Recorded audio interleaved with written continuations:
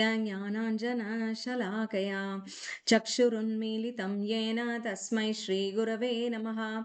श्रीचैतन्यमनोभीष्टं स्थापितं येन भूतले स्वयं रूपकदा मह्यं ददाति स्वपदान्तिकं। वन्देऽहं श्रीगुरु श्रीयुतपदकमलं श्रीगुरुन् वैष्णवांश्च श्रीरूपं साग्रजातं सहगण रघुनाथान्वितां तं सजीवं साद्वैतं सावधूतं परिजनसहितं कृष्णचैतन्यदेवं श्रीराधाकृष्णपादान् सहगणललिता श्रीविशाखान्वितांश्च।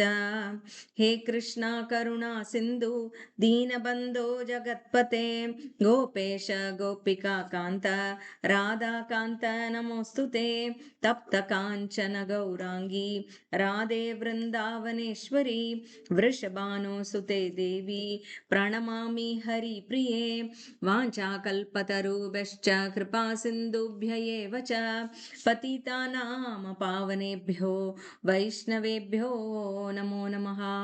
जय श्री कृष्ण चैतन्य प्रभो नित्यानंद श्री अद्वैत गदाधर श्रीवासादि गौरभक्तवृंदा।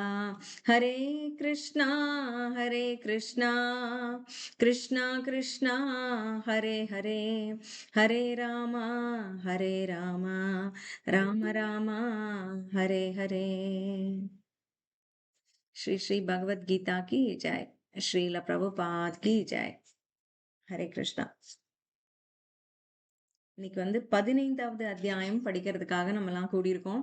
இன்னைக்கு ஏகாதசியும் கூட. நேத்து வைகுண்ட ஏகாதசியா கொண்டாடப்பட்டது. இந்த புருஷோத்தம யோகம் இது yoga of the supreme person. இத புருஷ உத்தமன், புருஷர்களில் உத்தமனான பகவானை பற்றி அறிதல், அததான் சொல்றது.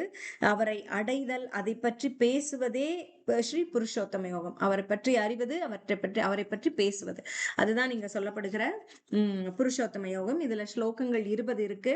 ப்ரீவியஸ் சாப்டர்ல இருந்து தொடர்பு என்ன அப்படின்னு பார்த்தோம்னா, முக்குணங்களை பத்திய சொன்னது. இது முக்குணங்களுக்கு அப்பாற்பட்டு எப்படி வருகிறது சொன்னார் இல்லையா? முக்குணங்களை எல்லாம் கிளியரா சொன்னார். நான் முக்குணங்களுக்கு அப்பாற்பட்டவன், என்னை அறிய வேண்டும் என்றால் நீங்க எப்படி முக்குணங்களுக்கு அப்பாற்பட்டு போகணும்னு சொன்னார். அந்த முக்குணங்களுக்கு அப்பாற்பட்டு எப்படி வருவது அப்படிங்கறத சொல்ல போகுது. என்னை உணர்ந்து என்னிடம் சரணாகதி சக்தி செய்து பக்தி தொண்டு செய்பவன் இவ்வுலக பற்றை துறப்பவன் முக்குணங்களுக்கு அப்பாற்பட்டு வருகிறான் அப்படின்னு சொல்றார். அந்த இந்த அத்தியாயத்துல இதை எப்படி இந்த முக்குணங்களை துறந்து வருவது அப்படின்னு சொல்றார். இவ்வுலக பற்றை எப்படி அறுப்பது, அதை உடைப்பது எப்படி என்பதை இந்த அத்தியாயம் சொல்கிறது. அதாவது அஸ்வத்த மரம் அப்படிங்கிற அந்த அத்தி மரம் அப்படின்னு சொல்ற அந்த மரத்தினுடைய ஒரு உவமையை வைத்தே இதுல ஃபுல்லா விளக்கமா சொல்லுவார். அந்த கோடாலி அப்படின்றது ஒரு பற்றற்ற தன்மை. அதை வைத்து நம்ம அதை கொண்டு சம்சாரத்தை வெட்ட வேண்டும். இந்த பற்றற்ற தன்மையை வச்சுக்கிட்டோம் அப்படின்னா பல பிரச்சனைகளும் அங்க இருக்கலாம். அதை எப்படி நம்ம ஒதுங்கி இருக்கிறது அப்படின்னா, அதை நம்ம பற்றற்ற தன்மை என்கிற கோடாலி கொண்டு அந்த சம்சாரத்தை உடைக்கலாம். அதுதான் இதோட பேசிக் ஐடியா. நம்ம அதை தான் இங்க பார்க்க போறோம். எப்படி அந்த பற்றற்ற தன்மை நம்மளுக்கு வரும், அதை எப்படி நம்ம கோடாலியாக கொண்டு நம்ம சம்சாரத்தை வெட்ட போகிறோம் அப்படிங்கறது சொல்ல போறார். அப்படி பண்ணினாதான் நம்மளுக்கு இந்த புருஷோத்தம யோகம் நம்மளுக்கு புரியவே வரும்னு சொல்றார். சித்திக்கும். அந்த புருஷோத்த யோகம் அடையிறது ஒண்ணு, இந்த புருஷோத்த யோகத்தை புரிஞ்சுக்கிறதும் அப்பதான் முடியும் அப்படிங்கிறார். பக்தி தொண்டுக்கு போன பின்னால வேதங்கள் எந்த இடத்துல இருக்கு அப்படின்னு, பக்தி எந்த இடத்துல இருக்கு, வேதம் எந்த இடத்துல இருக்கு அப்படின்லாம் சொல்றார். நம்மளுக்கு வேதங்களை நம்ம கடைபிடிக்கணுமா வேண்டாமா, வேதம் சொல்ற விதிமுறைகள் நம்ம ஃபாலோ பண்ணுமா வேண்டாமா அப்படிலாம் இருக்கிறதுக்கு அதெல்லாம் அதற்கான விடையெல்லாம் இந்த அத்தியாயம் சொல்கிறது. வேத அத்தியாயனம் செய்வதன் குறிக்கோள் பகவான் கிருஷ்ணரை உணர்வது. அதைத்தான் இங்க நம்ம பார்க்க போறோம். பகவான வாட்சல தொடங்குது. அதாவது பொதுவாக இத நம்ம விளக்கத்தை மட்டும் பார்க்கலாம். ஸ்லோகங்கள் பார்த்துட்டோம். பொதுவாக மரம்னு இருந்தா எப்படி இருக்கும்? வேர் கீழே இருக்கும், அதனுடைய கிளைகள் ரூட் ஷூட் அப்படின்னு சொல்றோம். ரூட் கீழே இருக்கும், அதோட ஷூட் சிஸ்டம் என்டையர் மரம் மேலதான் நிற்கும். அவ்வளவு எவ்வளவுக்கு எவ்வளவு அது மேல இருக்கோ அவ்வளவுக்கு எவ்வளவு இங்க கீழே போகுங்கிறது இல்ல. ஓரளவுக்கு இருக்கும். அதான் கீழ்ப்பகுதி வேர் கீழ் நோக்கி போகும், கிளை மேல் நோக்கி போகும், வளரும். சோ ஒரு விஷயத்தை இதுல வைத்து கற்பனையாக ஒரு மரத்தை பற்றி இங்க வர்ணிக்கிறாங்க. அந்த மரம் எப்படி இருக்கும் அப்படின்னா, அதனுடைய மேல் நோக்கிய வேர்களும் கீழ் நோக்கிய கிளைகளுமாக இருக்கும். அப்படியே உள்டா. சரியா? இதன் இலைகள், அதுக்கு இலைகள் இருக்கும் இல்லையா, அதான் வேதங்கள் அப்படின்னு சொல்றாங்க. சோ இதுதான், இந்த மரத்தை அறிந்தவன் இலையையும் அறிந்திருப்பான். நம்ம மரத்தை பார்த்தா இலையையும் பார்த்ததாக ஆகும். அப்படின்னா இதுல என்ன சொல்ல வராங்க, இலைகளுக்கு என்ன சொன்னாங்க அப்படின்னா வேதங்களுக்கு இலைய சொல்றாங்க. அப்ப இந்த மரத்தை பார்த்தவனுக்கு இலையையும் கண்ணில் படதான் செய்யும். இலை இல்லாத மரம் இருக்காது. அப்ப என்ன அர்த்தம், இலை அந்த அந்த மரம் முழுவதையுமே, இந்த வாழ்க்கை என்கிற மரத்தை நீங்கள் அறிந்திருந்தால், ஜட வாழ்க்கைனா இலையை பற்றியும் அறிந்திருப்பீர்கள். அப்படின்னா வேதங்கள் அறியப்பட வேண்டிய ஒன்று அப்படிங்கிறது நம்மளுக்கு தெரியுது. சரியா? இந்த இலைதான் வேதங்கள். வேதங்கள் இல்லாமல் வாழ்க்கை இல்லை. அது போல இலைகள் இல்லாமல் எப்படி மரம் இல்லையோ அது போல. சோ மரம் என்ன அப்படின்னா, மரத்துக்கு எது மரம் அப்படிங்கிறதுக்கு என்ன உவமையாக சொல்லப்படுதுன்னா ஜட உலகம். அப்படியே இமேஜின் பண்ணிக்கோங்க, ஜட உலகம். அது எப்படி இருக்கிறது, இங்க வந்து தலைமகன் தலையா இருக்கு. எப்படின்னா எதிர்மறையா இருக்கு, ஆப்போசிட்டா வளர்ந்துருக்கு. இதனுடைய வேர் மேலும் இலை தலைகள் கீழேயும் இருக்கு. அப்ப இதுதான் ஜட உலகம். இப்படிப்பட்டது தானா. அதாவது நீரில் ஒரு பிம்பம் தெரிவது போல இந்த மரம் தெரிகிறது. நீர் இருக்கிறது, அதுல வந்து ஒரு பிம்பம் தெரிஞ்சு அப்படியே ஆப்போசிட்டா தானே ரிஃப்ளெக்ஷன் அப்படியே தெரியும், மிரர் இமேஜா தெரியும் இல்லையா? அது போல நீரில் ஒரு பிம்பம் தெரிகிறது என்றால், நீரில் தெரிகிற பிம்பம் உண்மையா, அங்க மேல இருக்க பிம்பம் உண்மையா? மேல இருக்க பிம்பம் தான் உண்மை இல்லையா? நீரில் தெரிகிற பிம்பம் உண்மை அல்ல, அசல் அல்ல. சோ அப்ப இந்த ஜட உலக வாழ்க்கை இப்படி பிம்பமாக தான் தெரிகிறது, அப்படியே எதிர்மறையா தெரியுது. அதுக்கு என்ன அர்த்தம் அப்படின்னா, அது வந்து நீரில் தெரியக்கூடிய பிம்பம் தான். அப்ப அப்படின்னா என்ன அர்த்தம், அது அசல் ஒண்ணு வேற இருக்குன்னு அர்த்தம். இது நகல். இங்க வந்து நம்ம கண்ணாடியில பாக்குறோம்னா, நம்ம இங்க நிக்கிறோம் அப்படினால்தான் தெரியுது. உண்மை இங்கு இருப்பதனால்தான் கண்ணாடி அதை காட்டுகிறது இல்லையா? சோ அது போல உண்மை ஒன்று, அசல் வேறொன்று இருக்கிறது அப்படின்னு அர்த்தம். அப்ப அது எது, இது ஜட உலகம். அப்ப உண்மையான அந்த மரமாக இருக்கக்கூடியது என்னவாக இருக்கும்? அதுதான் ஆன்மீக உலகம். அதனுடைய என்ன என்ன சொல்றது, கண்ணாடி பிம்பம் தான் இந்த ஜட உலகம் அப்படின்றது நம்மளுக்கு இப்ப புரியும். சரியா? இப்ப காமாடு தலை மாடாக தோன்றுகிற இந்த மரம் ஜட உலகம், அதன் மூல ரூபமாக இருக்கக்கூடியது ஆன்மீக உலகம், உண்மை ரூபம் அப்படின்றது ஒண்ணு கிளியரா இருக்கணும். அப்புறம் ஜட உலக வாழ்க்கை நமக்கு எதனால் கிடைத்துள்ளது? ஏன் இப்படி ஒரு உல்டாவான ஒண்ணு தெரியுது? அங்க சரியா தானே அங்க நிக்குது. அது ஏன் இப்படி வந்து உல்டாவா இருக்குன்னா, இங்க நீர் இருக்கிறது, அதனால் தெரிகிறது. நீர் இல்லைன்னா தெரியுமா? ஒரு ஒரு கார்டன்லயே நடந்து போயிட்டு இருக்கோம், ஒரு மரம் இருக்கு, எல்லா மரத்துக்குமா இந்த மாதிரி பிம்பம் தெரியுது? எந்த மரம் ஆற்றங்கரையிலும் குளத்தங்கரையிலும் இருக்கிறதோ அப்பதான் தெரியுது. அப்ப அங்க என்ன முக்கியமாக இருக்கிறது? நீர் இருக்கிறது. நீர் இருந்தால் தான் அது தெரியும்னு. அப்ப ஜட உலக வாழ்க்கை அப்படிங்கிறது வந்து எதனால் கிடைக்கிறது? இந்த மரம் மரத்தினுடைய பிம்பம் நீரினால் கிடைப்பது போல ஜட உலக வாழ்க்கை எதனால் கிடைத்திருக்கிறது அப்படின்னா, ஆசை இருந்து கொண்டு இருந்ததனால் ஜட உலக வாழ்க்கை கிடைத்திருக்கிறது. இது ஒண்ணு. அந்த நீர் இருந்ததனால் எப்படி பிம்பம் விழுமோ அது போல ஆசை இருந்ததனால் ஜடகுல வாழ்க்கை கிடைத்திருக்கிறது. அப்படியே அந்த உல்டா பிம்பமா கிடைச்சிருக்கு. அது போல ரிஃப்ளெக்ஷன். அதே போல இந்த ஜடகுல வாழ்க்கைன்னு இப்படி சுழலா நம்மளுக்கு கிடைச்சிருக்கு. இந்த சுழல்ல இருந்து ஆசையினால் ஜட உலக வாழ்க்கை கிடைத்திருக்கிறது. ஆன்மீக உலகத்துலதான் இருந்தோம், உண்மையாக இருந்தோம். அங்கிருந்து இப்ப பொய்யான இந்த வாழ்க்கையில வந்து விழுந்திருக்கிறோம். இதை உண்மை என்று நினைத்து வாழ்ந்து கொண்டிருக்கிறோம். இது முடிவடைய வேண்டும் என்றால் என்ன பண்ணணும்? இப்ப இந்த இமேஜ் தெரியக்கூடாதுன்னா என்ன பண்ணணும்? மரத்துக்கு இந்த நீரை இங்க இருந்து அகற்றிடணும். அதே போல இந்த ஆசை, இந்த ஜட உலகத்துல நமக்கு ஆசை வருகிறது இல்லையா, அதை அகற்றிவிட்டால் இந்த ஜட உலக வாழ்க்கை இல்லாமல் போய்விடும். அந்த மரம், அந்த உல்டா மரம் தெரியாமல் போய்விடும், பிம்பம் இருக்காது. அதே போலதான் ஆசையை அறுத்து விட்டால், பற்றை, அந்த பிணைப்பை அறுத்து விட்டால் பிம்பம், பிம்பம் வேண்டாம் என்றால் நீர் கூடாது. அது போல இந்த ஜட உலக வாழ்க்கை வேண்டாம் என்றால் அந்த பற்று, பந்தம், ஆசை கூடாது. அவ்வளவேதான். சரியா? அடுத்த கான்செப்ட் இலை பத்தி சொன்னாங்கல்ல, வேதத்தை அறிந்தவன் அந்த மரத்தின் இலையை அறிந்தவன் சொன்னார். அதாவது வேத சடங்குகளை இத குறிக்கிறது. வேதங்கள்னா எப்படி வாழணும் அப்படின்ற அந்த சாஸ்திர முறைகள் இருக்கு இல்லையா, அதை சொல்லுது. அதுவும் இல்லாமல் வாழ்ந்தால் தவறு. இலை இருக்குன்றதே நம்ம தெரியாம இருக்க கூடாது, இலையே தெரிஞ்சிருக்கணும். அது அப்ப சடங்குகளில் நாட்டம் உள்ளவன் இலை, பச்சை இலை மேல் நாட்டம் கொண்டவன். அது வேதங்களின் உண்மையான நோக்கம் என்ன? பரமபுருஷ பகவானை புரிந்து கொள்வது. சரி, இந்த வேதங்களை எதற்காக அறிய வேண்டும் அப்படின்னா, அந்த பரமபுருஷ பகவானை அறிவதற்காகவே தான் இந்த வேதங்களை அறிய வேண்டும்.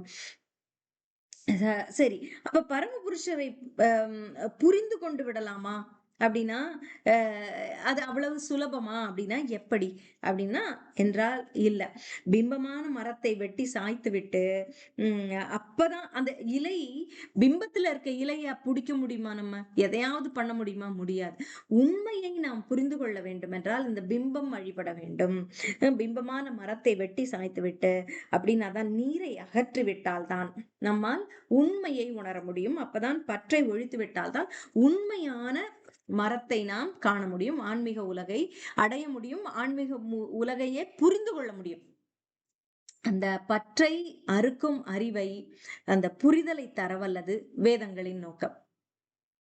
வேதங்கள் என்ன பண்ணுது? இந்த பற்றை நீ எப்படி அறுக்கலாம் அப்படிங்கிறத எடுத்து சொல்வதுதான் வேதம் அப்படின்னு சொல்றார். இப்ப இன்னும் இந்த உவமை தொடர்கிறது. என்ன சொல்றார்?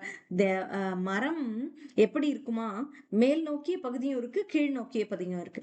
மேல் நோக்கிய பகுதியில யார் யார் இருக்காங்க? தேவர்கள், கந்தர். அதே ஜட உலகமா ஞாபகம் வச்சுக்கோங்க.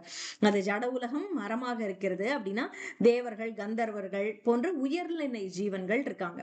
கீழ் நோக்கிய அந்த மரத்தினுடைய சமநிலை இருக்கு இல்லையா, கிரவுண்ட், அது வந்து பிரம்மலோகமாக இருக்கிறது. அதற்கு கீழே பகுதியில வந்து உயிர்வாழிகள், மனிதர்கள், மிருகங்கள், குதிரை, பசு, நாய், பூனை, எல்லாம் பலதரப்பட்ட தோற்றங்களும் தோன்றுவது கீழதான். அப்படியா? இதற்கு ஊட்டம் தருவது எது? இதெல்லாம் வாழணும் இல்லையா எல்லாமே. இதற்கு எது ஊட்டம் தருகிறது அப்படின்னா ஜட இயற்கையின் முக்குணங்கள். அது அப்புறம் நிலத்தடி நீரின் அளவை பொறுத்துதான் அந்த மரத்தினுடைய வளர்ச்சி இருக்கும். அந்த நிலத்தின் அந்த அந்த மண்ணின் தன்மை, அதை பொறுத்துதான் அதில் வரக்கூடிய பழங்களோ இலைகளோ செழிப்பா இருக்கா இல்லையா அப்படின்றது தெரியும். அப்படியாக இந்த முக்குணங்கள், குணம்னாலே அதுதான் அந்த தன்மைன்னு சொல்றோம்ல, மண்ணின் குணத்திற்கு ஏற்ப விளைச்சல் இருக்கும். அது போல இந்த ஜடை வாழ்வில் ஜட இயற்கையின் குணங்களுக்கு ஏற்ப மக்களின் தன்மை அமைகிறது.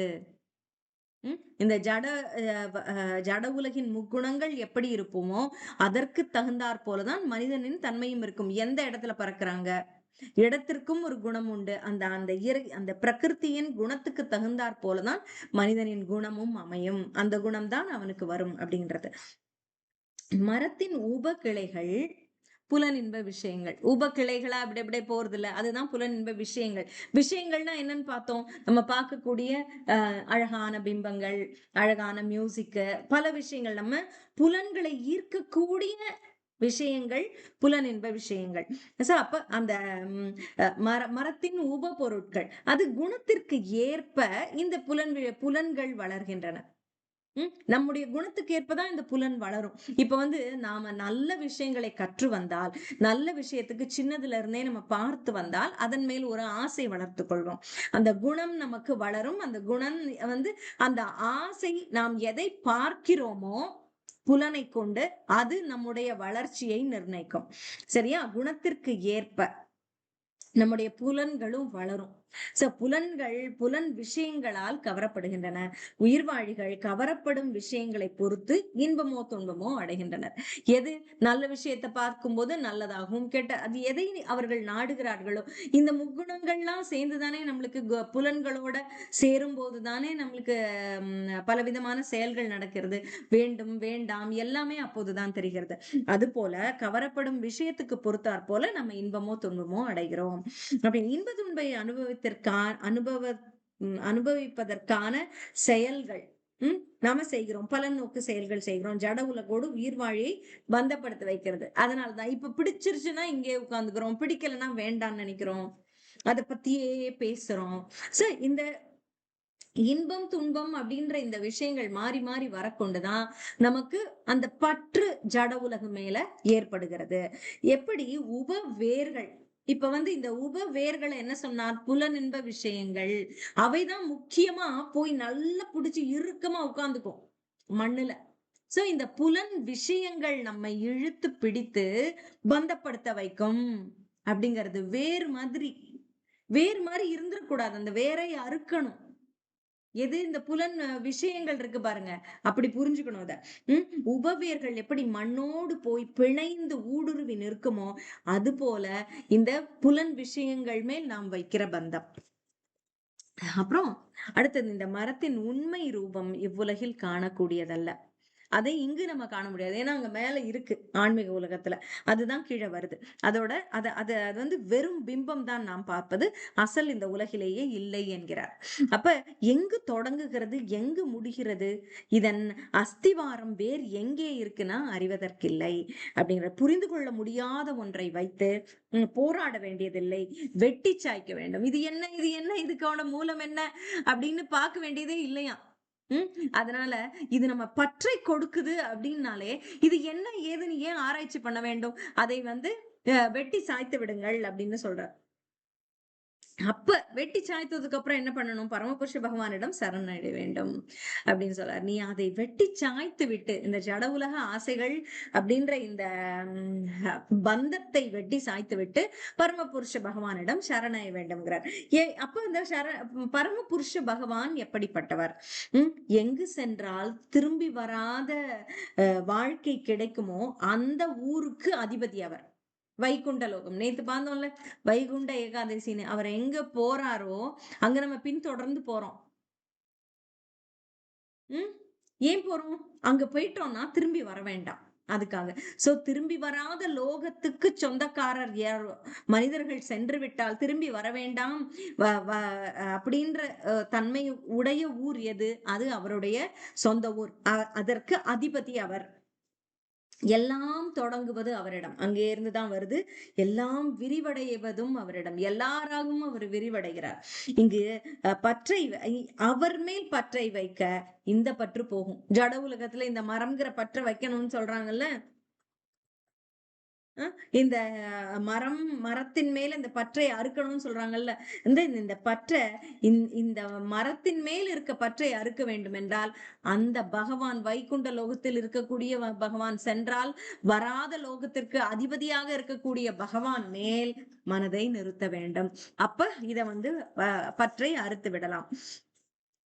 அதாவது சரணாகதி செய்வது யாருக்கு சாத்தியம் அப்படின்னு சொல்றார். அதாவது இத அடுத்து பார்க்கலாம். யாருக்குன்னா மான அவமானம் என்ற கௌரவம் பார்க்காதவர்கள், அதான் நிர்மோகா அப்படின்னு சொல்றார். அதாவது மோகம் அப்படிங்கிற மயக்கம் இல்லாதவர்களுக்கு இந்த சரணாகதி சாத்தியம். அப்புறம் ஜிதசங்க தோஷா, தவறான தொடர்பினால் ஏற்படும் தோஷங்களை அறுத்தவர்கள், தவறான சங்கத்தை அறுத்தவர்கள். அத்தியாத்ம நித்யா, ஆன்மீக அறிவு நித்தியம் என்று உணர்வது, அத்தியாத்ம ஞானமானது நித்தியம் என்று உணர்வது. அப்புறம் வினிவிருத்த காமா அப்படின்னா காமத்திலிருந்து வினிவிருத்தம், அப்படி விடுதலை அடைந்தவர்கள். அப்புறம் துவந்தேர் விமுக்த, துவந்தே இரண்டு, அப்படி இப்படி, இதுவும் வேணும் அதுவும் வேணும், இதுவும் பிடிக்குது அதுவும் பிடிக்குது, இது பிடிக்குது இது பிடிக்கல, எல்லாமே இரண்டு, அதுல இருந்து விடுபட்டவர்கள். சுகதுக்க சம்ய, சுகம் துக்கம் ரெண்டுக்கும் சமமாக பார்ப்பவர்கள். அப்புறம் மயக்கம் உறாதவனும், இப்படி இருக்கக்கூடியவனும் மயக்கம் உறாதவனும் சரண் அடைவது எப்படி என்று அறிந்து நித்திய ராஜ்யத்தையும் அடைகிறான். இப்படியாக சமநிலையாக இருக்கக்கூடியவன் என்னை சரணடைகிறான் அப்படிங்கிறார். அப்ப இந்த மரத்தின் பழங்கள் எது அப்படின்னா அதை நாடாமல் விட்டு விட்டு வர வேண்டும். அதனுடைய பழங்கள் என்னன்னா தர்ம அர்த்த காம மோக்ஷா. இந்த மரமும் அவ்யயம், அழிவற்றது. இந்த ஆன்மீக வானில் இருக்கக்கூடிய மரம். ஏனெனில் ஜன்ம மிருத்யு ஜராவியாதி சுழல் அழிவற்றது தானே, அது போல இந்த மரமும் அழிவற்றது. இந்த கீதை போன்ற பகுத்தறியும் ஞானம் கொண்டு இதனை அழிக்க முடியும். இது நித்தியமாக நடந்து கொண்டேதான் இருக்கிறது. அந்த ஜன்ம மிருத்யு ஜராவியாதி அப்படின்றது இந்த ஜட உலகில் நடந்து கொண்டேதான் இருக்கிறது. இதை அறுப்பதற்கு நமக்கு இந்த புருஷோத்தம யோகமான இந்த பகவத்கீதை ஞானம் நமக்கு தேவைப்படுகிறது அப்படின்னு சொல்றார். அப்ப இந்த நித்திய ராஜ்யம் இப்படியாக இருக்கக்கூடியவன் எப்படி சுகதுக்கம் இருமையிலிருந்து அத்தியாத்ம ஞானம் நித்தியம் என்று அறிந்து கெட்டவர்கள் சங்கம் இல்லாமல் மானவமானம் பார்க்காமல் இப்படி இருக்கும் இப்படிப்பட்ட மயக்கத்தினால் ஆட்படாமல் இருக்கக்கூடியவன் சரணடைவான் அப்படின்னு சொல்றார். அப்ப என்னுடைய நித்திய ராஜ்யத்தை அடைவான், சரணமும் அடைவான், நித்திய ராஜ்யத்தையும் அடைவான். சோ இந்த நித்திய ராஜ்யம் எப்படி இருக்கும் அப்படின்னா என்னுடைய பரம வாசஸ்தலம், அது நான் பரமமாக நான் வசிக்கக்கூடிய என்னுடைய வசிப்பிடம் அது. இந்த 4 நாள் ஒளியூட்டப்பட்டதில்லை. எதனால? சூரியன், சந்திரன், நெருப்பு, மின்சாரம், இதனால ஒளியூட்டப்படல. அது தன் வெளிச்சத்திலே இருக்கான், எப்பவுமே வெளிச்சம் இருக்கும். அதனால சூரியன் வந்தாதான் வெளிச்சம், சூரியன் போயிட்டா வெளிச்சம் இல்ல, அப்படி இல்லை, எப்போதும் வெளிச்சம் இருக்கும். அதனால ஒரு முறை மனிதன் நுழைந்து விட்டால் திரும்பி வருவதே இல்லை. எந்த உயிர் வாழியும் அந்த லோகத்துக்கு போயிட்டா கீழே திரும்ப வரமாட்டாங்க. அது அப்படி சொல்றார்.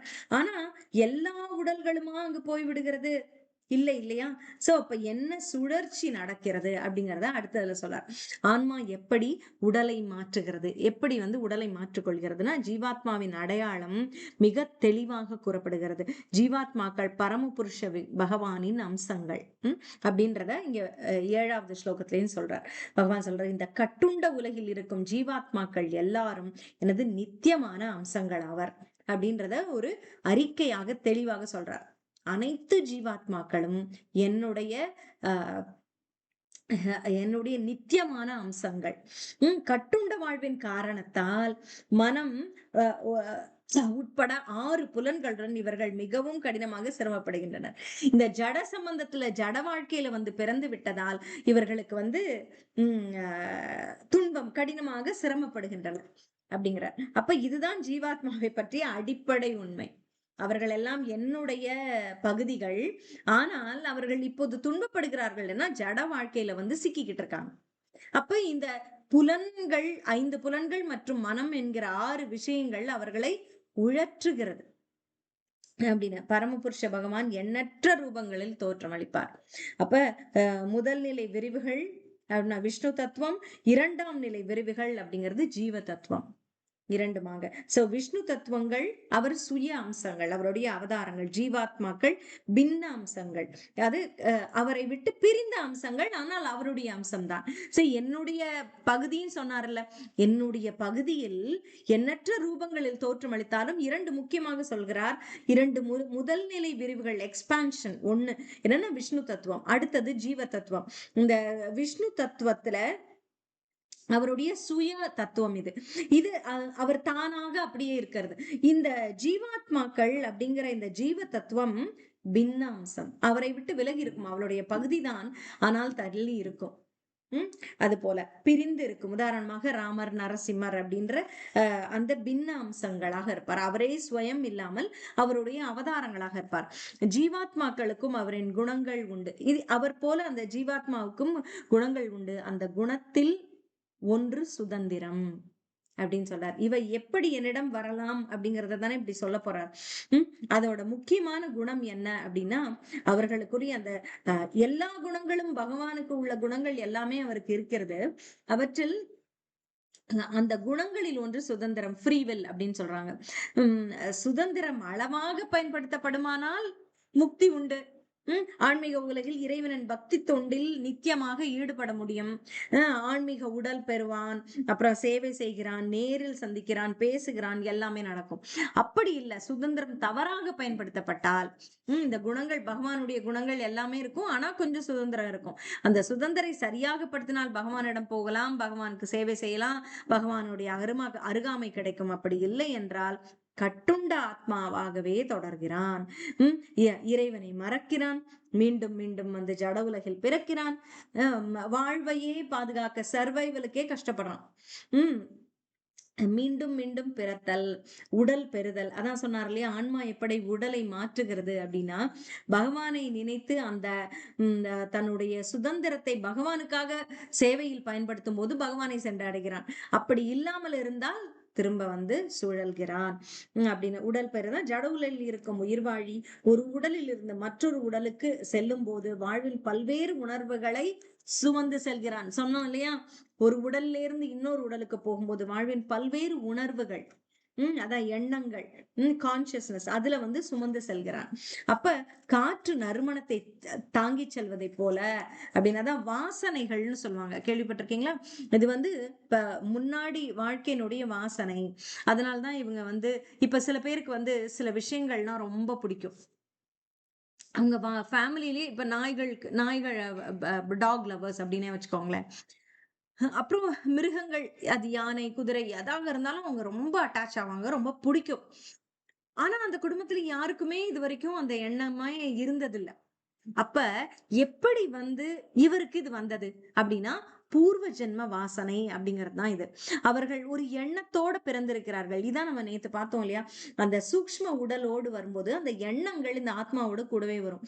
இதற்கு எது சூட்டபிளான ஃபேமிலி? அப்ப இங்கதான் அவங்களுக்கு இன்ட்ரெஸ்டே இல்லையே, அப்ப ஏன் அவங்களுக்கு வந்து அது தகுந்த ஃபேமிலின்னு கொடுக்குறாங்க அப்படின்னா, ஏன் அப்படின்னா 2 விஷயங்கள். ஒன்று, அந்த மிருகங்களுக்கு ஆசை உள்ள குடும்பத்திலேயே போட்டுட்டா, இது ரொம்ப மிருக வாழ்க்கையிலேயே போய் உள்ள முங்கி போயிடும் இந்த ஆத்மா. அது வேண்டாம் ஒண்ணு. இன்னொன்னு, அந்த குடும்பம் மிருகமே வேண்டான்னு இருக்கு. அப்ப இந்த மிருகத்துக்கு ஆசை இருக்கிற ஒருவரை, இந்த அனிமல் லவ்வர கொண்டே அங்க வச்சா, அந்த குடும்பம் கொஞ்சமாவது காருண்யம் வரும், கம்பேஷன் வரும் மிருகங்கள் மேல. அப்படியும் மிருகங்களை வெறுத்து ஒதுக்கி இருந்துடக்கூடாது, அவற்றிலும் பகவான் இருக்கிறான்னு அவை மேலும் ஒரு ஒரு இரக்கம் வர வேண்டும் என்பதற்காக கூட இவரை கொண்டு அங்கு படைத்திருக்கலாம். இப்படியாக பகவானுக்கு ஒரு கால்குலேஷன் இருக்கும். இப்படிதான் சார் இந்த இந்த ஆன்மாவானது எப்படி காற்று, இப்ப ஒரு இடத்துக்கு நீங்க போறீங்க, ஒரு ரொம்ப ரொம்ப என்ன சொல்றது, நாத்தம் அடிக்குது அப்படின்னு, filthy place, it has all இது, அது அது இன்னொரு இடம் அப்படியே, அது அது அது பக்கம் நடக்கும்போது அந்த வாசனை எடுப்பீங்க. அடுத்து போறீங்க ஒரு காய்கறி கடை, அதுல மிளகா அப்பதான் கொட்டியிருக்கான், இப்போ மிளகா காரம் அடிக்கும் பயங்கரமா. அதுக்கப்புறம் போறீங்க, ஒரு மாம்பழ கடை வருது, மாம்பழம் ஃபுல்லா கொட்டி வச்சிருக்கான், 4 மாம்பழம் இருந்தாலும் வாசம் வராது. ஒரு ஒரு அது மண்டி, மாம்பழ மண்டி கொஞ்ச நேரம் கழிச்சு வருது, அதுக்கு போனீங்கன்னா மாம்பழ வாசம். அப்புறம் போறீங்க, பலாப்பழம் யாரோ வெட்டிட்டு இருக்காங்க, பலாப்பழ வாசம் வருது. அப்ப அந்த காற்று அந்த வாசனையை தாங்கி இருக்கிறது.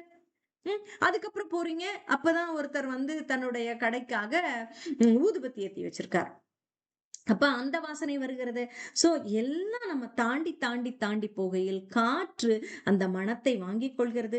அது போலதான் இந்த உயிரானது, இந்த ஜீவாத்மாவானது ஒவ்வொரு உடலாக மாறி மாறி போகும்போது அதில் என்ன வாசனை நிலைத்திருக்கிறதோ, அந்த மேலோங்கி இருக்கிறதோ அந்த வாழ்க்கையில், அதை தன்னோடு வைத்துக் கொண்டு போகிறது. அதை வாசம் வாசம் வாசம் பிடிச்சுக்குது, இதெல்லாத்தையும் சேர்த்துக்கிட்டே போகுது.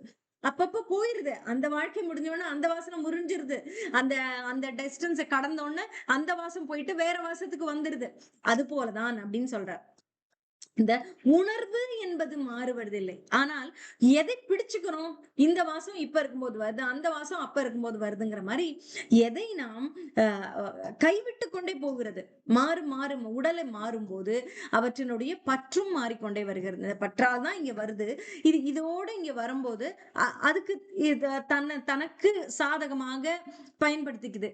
என்ன முடியும் இங்க வந்து, இந்த டாக் லவரா அனிமல் லவரா இருக்கும்போது என்ன பண்ண முடியும் அப்படின்றதை இந்த உலகுல பாக்குது. அதை வந்து நல்லா வாழுது. அதுல என்னெல்லாம் வந்து கற்றுக்கொள்ளுதோ, அதுல இந்த எண்ணமானது எப்படி பரிமாண வளர்ச்சி அடைகிறதுன்னு பாக்குது. அப்படியே மாறி மாறி மாறி வளர்ந்து கொண்டே போகிறது. அதுதான் இந்த ஃப்ரீ வில்ல பத்தி இனிமேதான் வரப்போறார். இந்த சூட்சும உடலானது மாறாது. அப்படியே மாறி மாறி தன்னுடைய எண்ணங்களை இப்படியே மாற்றி மாற்றி கொஞ்சம் போகும். உடலை கைவிட்டு வேறு உடல் பெறும்போது இந்த சூக்ஷ்ம உடலோடையே இந்த ஸ்தூல உடல் தான் மாறுமே தவிர சூக்ஷ்ம உடல் மாறாது. எண்ணங்களுக்கு ஏற்பதான் அந்த அடுத்த உடலும் கிடைக்கும். ஸ்தூல உடல் பெறும் உயிர்வாழி இன்னொரு உடல் பெறும்போது மனதை மையமாக கொண்ட ஒரு குறிப்பிட்ட விதமான கண் காது மூக்கு அது அது ஆசைகள் அதற்கு தகுந்த மாதிரி ஷேப்பும் அப்படி கிடைக்கும் அவருக்கு. எப்படி இருந்தால் இப்ப வந்து அவர்கள் ரொம்ப சிருங்காரம் பண்ணிக்க ஆசைப்படுறவங்களா இருந்தா அழகானவங்களா பிறக்கலாம். மனதை மையமாக கொண்ட ஒரு குறிப்பிட்ட விதமான கண் காது மூக்கு நாக்கு தோல் நமக்கு கிடைக்குதா? தோல் ஒரு மாதிரி இருக்கு, கண்ணு காது மூக்கெல்லாம் ஒவ்வொருத்தருக்கும் ஒரு ஒரு மாதிரி இருக்கே. எப்படி அப்படின்னா நம்முடைய ஆசைகளுக்கும் நம்முடைய வாசனைகளுக்கும் தகுந்தாற் போல. சரியா? இப்ப வந்து ஒருவர் கண் பார்வை இல்லாதவர்களுக்கு மிகவும்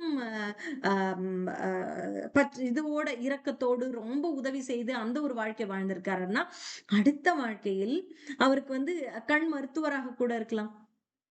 அதற்கான மூளையோடு படைத்திருக்கலாம் பகவான். அதான் அந்த வாசனையோடு நாம் என்ன பிறக்கிறோமோ அதை தொடர்ந்து கொண்டிருப்போம். சரியா?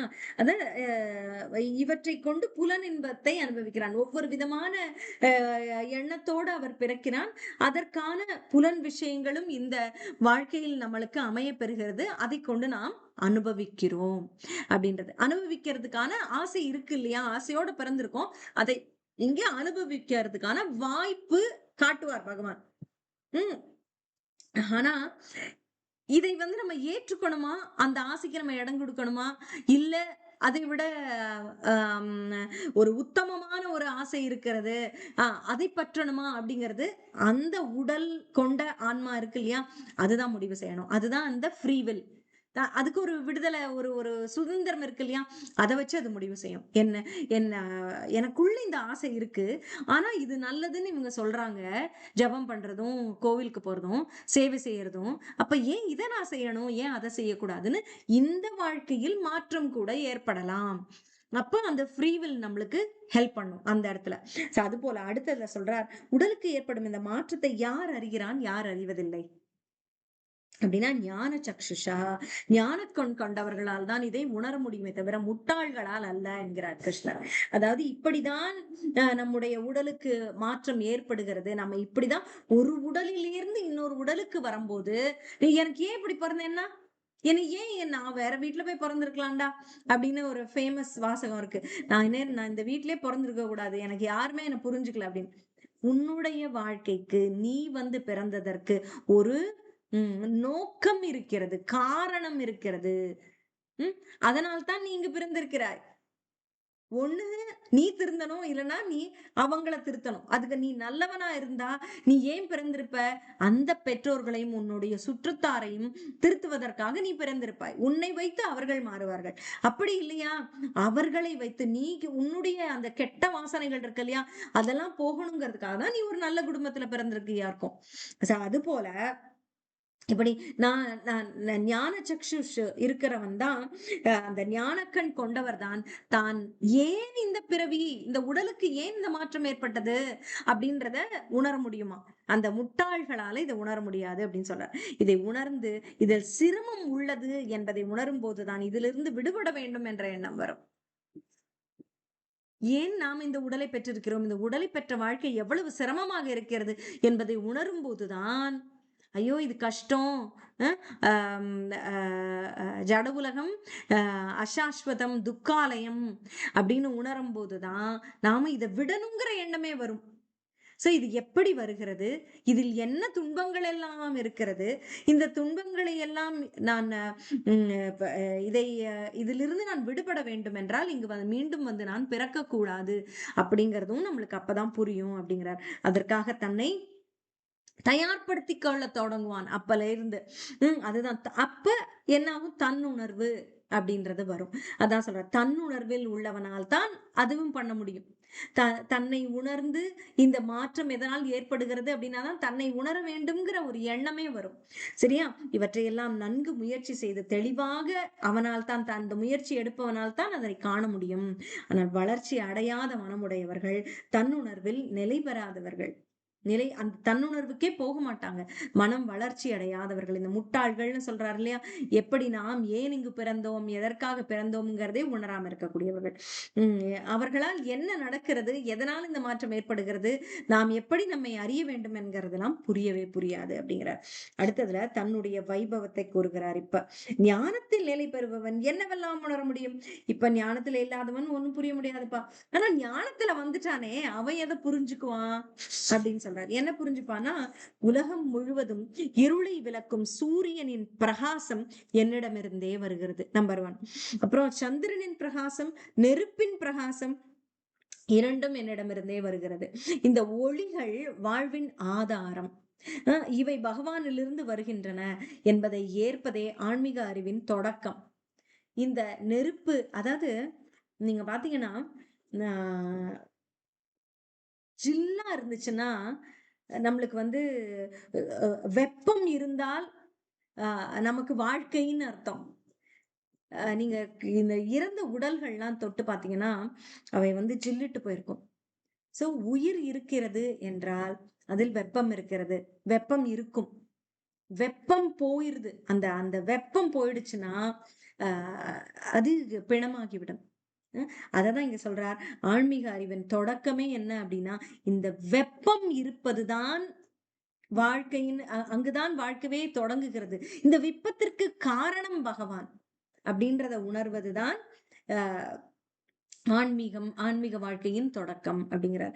அங்குதான் ஞானம் தொடங்குகிறது அப்படிங்கிறார். அதை உணர வேண்டும்.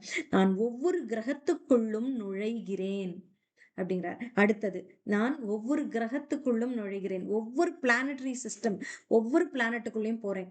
என் சக்தி கொண்டே அவை தன் பாதையில் நிலை பெற்று சுழல்கின்றன. நான் அதற்குள்ள போயிட்டேன், அதனாலதான் அவ சுத்துது, இந்த பூமி சுத்துது அப்படின்னா சூரியன் கூடிய தனக்குள்ள சுத்தும், இப்படியே சுத்தும், ரிவால்வ் பண்ணும், ரொட்டேட் பண்ணாது. Rotation, revolution, rotation, rotate, revolve, rotate, தனக்குள்ள சுத்துறதுக்கும் தானே. ரெவல்யூஷன் எது, ரொட்டேஷன் எது? ரொட்டேஷன் தனக்குள்ள சுத்துறது, ரெவல்யூஷன் சுத்தி சுத்துறது. ரைட்டா? ஆமா ஆமா, ரொட்டேஷன்னா தனக்குள்ள சுத்துறது. அப்படியாக இந்த இரண்டுமே, ஒவ்வொரு கிரகங்களும் இதை செய்வது என்னால் தான் அப்படிங்கிற, நான் அவை எல்லாத்துக்குள்ளும் இருக்கிறேன் அப்படின்னு. இதை நம்ம எப்படி பார்க்கணும் அப்படின்னா, இந்த உலகம் சுற்றுகிறதுனால் பகவான் இருக்கிறார், அதனால் தான் சுற்றுகிறது. இன்னைக்கு வந்து சாயங்காலம் மாறி இரவு வருது, இரவு மாறி பகல் வருகிறதுன்னா உங்க பகவான் இருக்கிறார், அதனால்தான் இந்த மாற்றம். அதாவது என் சக்தி கொண்டே அவை தன் பாதையில், இந்த ஆர்பிட்ல சுத்தணுமே. நம்ம இப்படியே சுத்தினா கூட நம்ம கையை விட்டோம்னா சுத்துறது நின்று போயிருது. அப்ப அவர் தொடர்ந்து சுத்துறார், அதுவும் சரியான ஆற்றல் கொண்டு சுத்துறார். அதனாலதான் கரெக்டா சுத்துது. என்னுடைய சக்தியை கொண்டே அவை தன்னுடைய பாதையில் சுழல்கின்றன. கிரகநிலை மாறுதல் ஏற்படும் கிருஷ்ண பக்தி தீர்வு என் புரிதல்.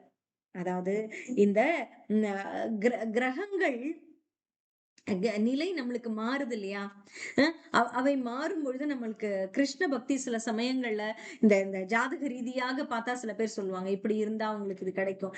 அதுவுமே பகவானின் அமைப்பு தான். அவை மாறுவதனால் இதை நம்ம புரிஞ்சுக்கணும். அதாவது இந்த ஜாதகம் இப்படி இருக்கிறதுனால நமக்கு ஒண்ணு நடக்குது அப்படின்னு நம்ம நினைக்கிறோம். இந்த ஜாதகத்தால, இந்த கிரகங்களால, இந்த 9 கிரகங்கள் தான் நம்மை ஆட்டி வைக்கின்றன. இப்ப தெரியுதா, இவற்றுக்கெல்லாம் உள்ளே இருக்கக்கூடியவர், இந்த கிரகங்களுக்கெல்லாம் உள்ளே இருக்கக்கூடியவர் பகவான். அவரை சரணடைந்து விட்டால் இந்த கிரகங்களை நாம் நாட வேண்டியதே இல்லை. சோ நம்முடைய அனைத்து பிரச்சனைகளுக்கும், இப்ப வந்து கிரகம் சரியில்லை அப்படின்னு சொல்றாங்க அப்படின்னா, அந்த கிரகத்துக்குள்ள இருக்கக்கூடியவர் பகவான் கிருஷ்ணர். அப்ப அவரோட பக்தி கொண்டு விட்டால் அதுவே அனைத்திற்கும் தீர்வாகிவிடும். அப்படிங்கிறது. சோ அதாவது இதுதான் என்னுடைய புரிதலாக நான் மோஸ்ட் ஆஃப் த டைம் நான் எடுத்துக்கிறது. சரிங்களா? சந்திரனாகி எல்லா சந்திரன் நான் தான் சந்திரனாகி எல்லாவற்றிற்கும் காய்கறிகளுக்கும் ரசத்தை, சுவையை தருகிறேன் அப்படிங்கிறார். அவர் வந்து போட்டோசிந்தசிஸ் பண்றதுக்கு வளர்ச்சியை கொடுப்பார். இவர் சூரியன் சந்திரனாக இருந்து அந்த பழங்களுக்கும் காய்களுக்கும் ருச்சியை கொடுப்பார். அப்படின்னு. சோ நான் உணவாகி விட்டேனா, அப்ப இப்போது உணவை ஜெரிக்கும் ஜீரண நெருப்பாகவும் நான் உயிர்வாழிகளில் இருக்கிறேன். உணவாயிட்டேன். உணவாகி நீங்கள் அதை உண்ணும் போது ஜீரண நெருப்பாகவும் நான் இருக்கிறேன்.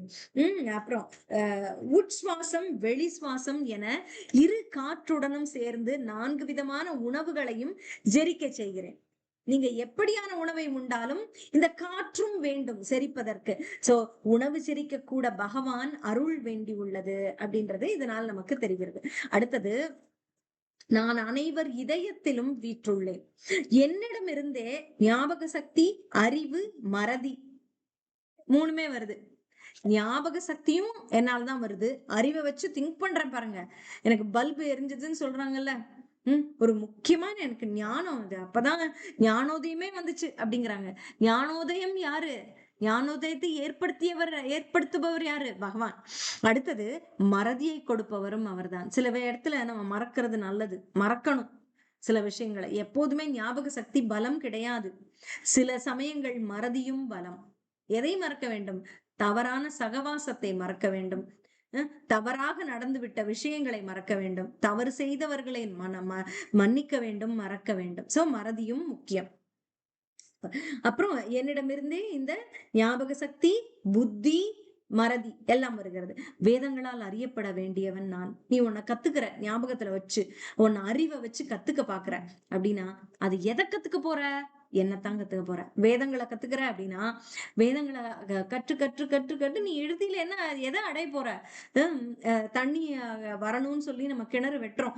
கிணறு வெட்ட பூதங்களம்னுவாங்க. அது மாதிரி வேதங்கள் என்ற அந்த கிணற்றை நாம் தோண்ட தோண்ட தோண்ட தோண்ட என்ன பார்க்க போறோம்? நீர் பார்க்க போறோம். யார் அந்த நீரு?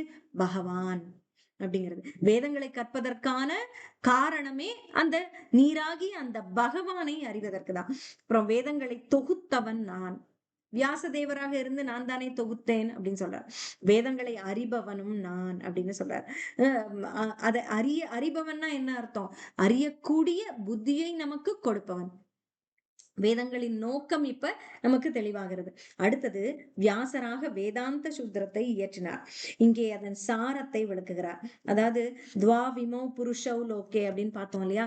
இந்த உலகில் 2 விதமான மனிதர்கள் உள்ளனர். இதான் வேதாந்த சாரம் அப்படின்னு சொல்றாங்க. அது க்ஷர அக்ஷர. தவறிழைக்க கூடியவர்கள், தவறிழைக்காதவர்கள். அதாவது தப்பு பண்றவங்க, தப்பு பண்ணாதவங்க, 2 பேர் தான். சில பேர் சொல்லுவாங்கல்ல, இந்த உலகத்துல வந்து 2 பேர் தான் இருக்காங்க கணவர்களுக்கு. இதுன்னு சொல்றதுன்னா, ஒண்ணு ஒய்ஃபை புரிஞ்சுக்கிறவங்க, இன்னொருத்தவங்க ஒய்ஃபை புரியாதவங்க அப்படின்னு 2 கேட்டகரி தான் இருக்காங்க அப்படின்னு அந்த மாதிரிலாம் சில இது சொல்லுவாங்க. அந்த மாதிரி இங்க சொல்றார், 2 விதமானவர்கள் தான் இருக்கிறார்கள். தவறு இழைக்கக்கூடியவர்கள், தவறு இழைக்காதவர்கள்.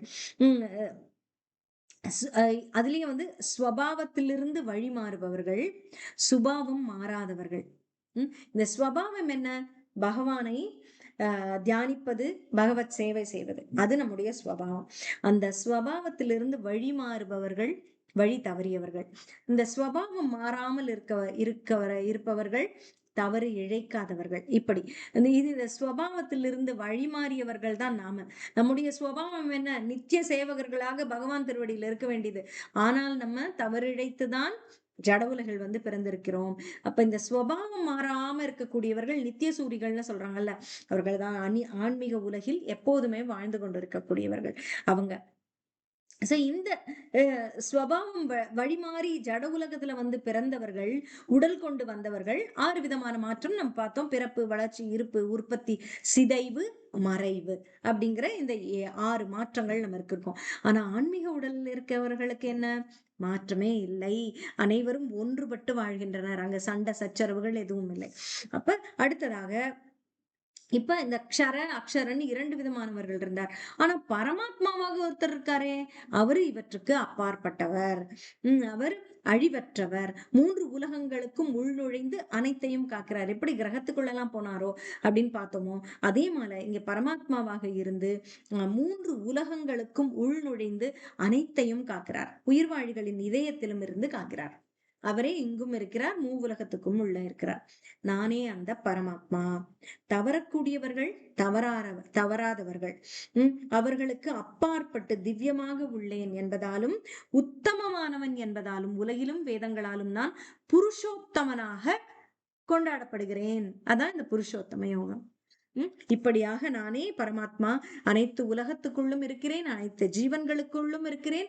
நான் தவறு இழைப்பவர்கள் தவறாதவர்கள் 2 பேருக்குமே அப்பாற்பட்டு இருக்கிறேன். சோ அதனால் நான் புருஷ உத்தமனாகவும் இருப்பதனால், உலகில் வேதங்களால் அறியப்பட வேண்டியவனாக இருப்பதனால் வேதங்கள் என்னை புருஷோத்தமன் என்று சொல்லுகிறது, கொண்டாடுகிறது அப்படின்னு சொல்றார். கடைசி 2 ஸ்லோகங்கள் என்னை அறிந்தால் அனைத்தையும் அறிந்தது போல அப்படிங்கிறத சொல்ற. என்னை பரமபுருஷ பகவானாக எவன் ஒருவன் ஐயமின்றி அறிகின்றானோ அவன் எல்லாவற்றையும் அறிந்தவனாகிறான்.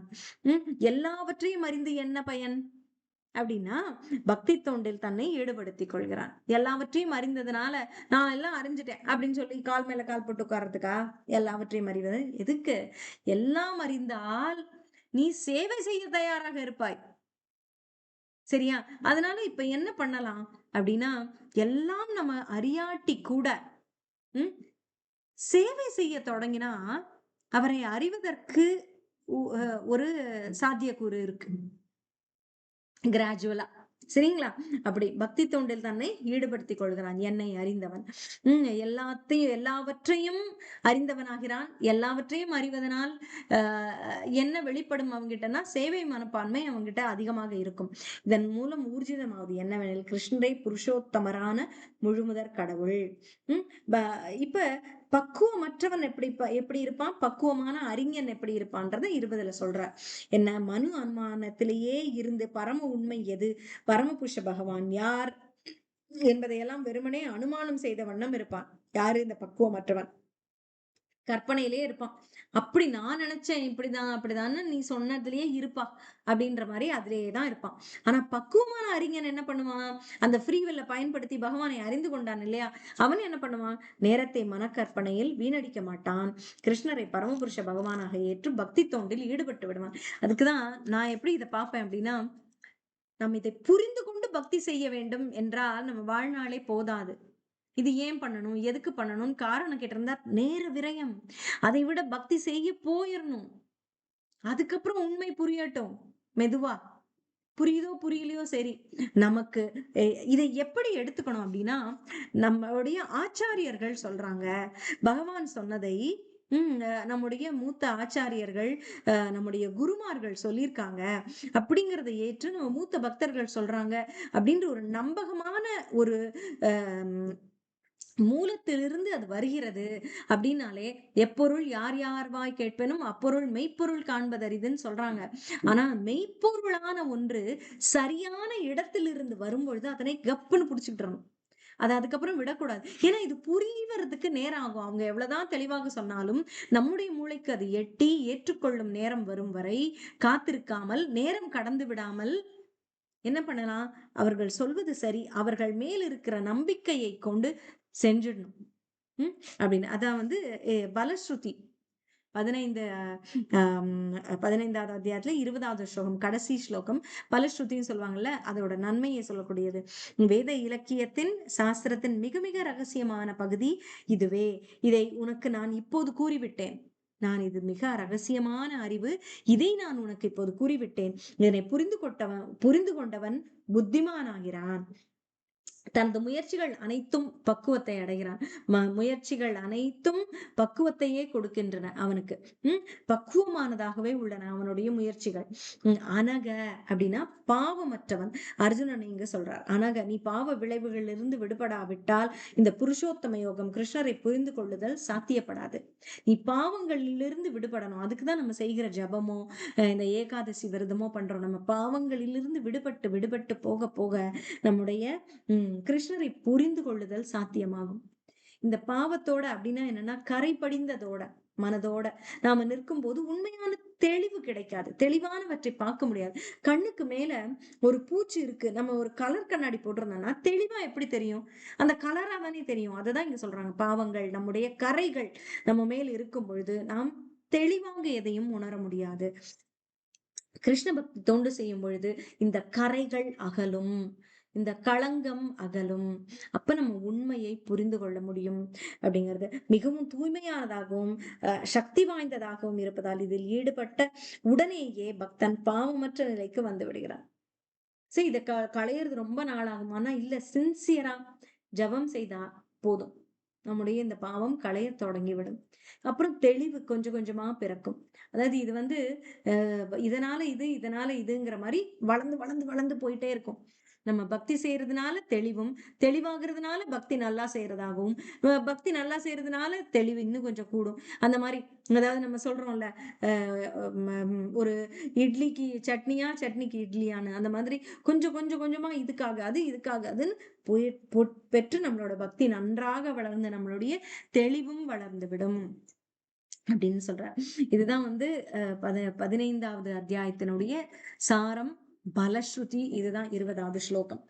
சரிங்களா? கிருஷ்ணரை பரம புருஷ பகவானாக ஏற்று பக்தி தொண்டில் ஈடுபடுவதால் நம்முடைய பாவங்கள் அகலும் அப்படின்னு. பாவங்கள் அகன்றால் பக்தி இன்னும் தெளிவாக செய்யலாம், இன்னும் தெளிவாக புரியும் அப்படிங்கிறது.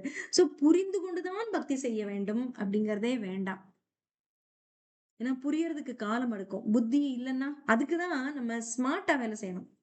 ரொம்ப புத்திமானா வேலை செய்யணும் அப்படின்னு ஹார்ட் ஒர்க் பண்ணணும் அப்படின்லாம் இல்ல. ஸ்மார்ட்டா வேலை செய்யணும். என்ன பண்ணணும்? ஆஹ் பக்தியை ஏற்றுக்கொண்டு செய்ய ஆரம்பிச்சிட்டோம்னா புரியறது ஈஸி ஆயிரும். ஷார்ட்கட் ஆயிடும் புரிதல். உம் இப்படியாக இதை நாம் புரிந்து கொள்ளலாம் என்று சொல்லி இதோட முடிச்சுக்கிறேன். ஹரே கிருஷ்ணா.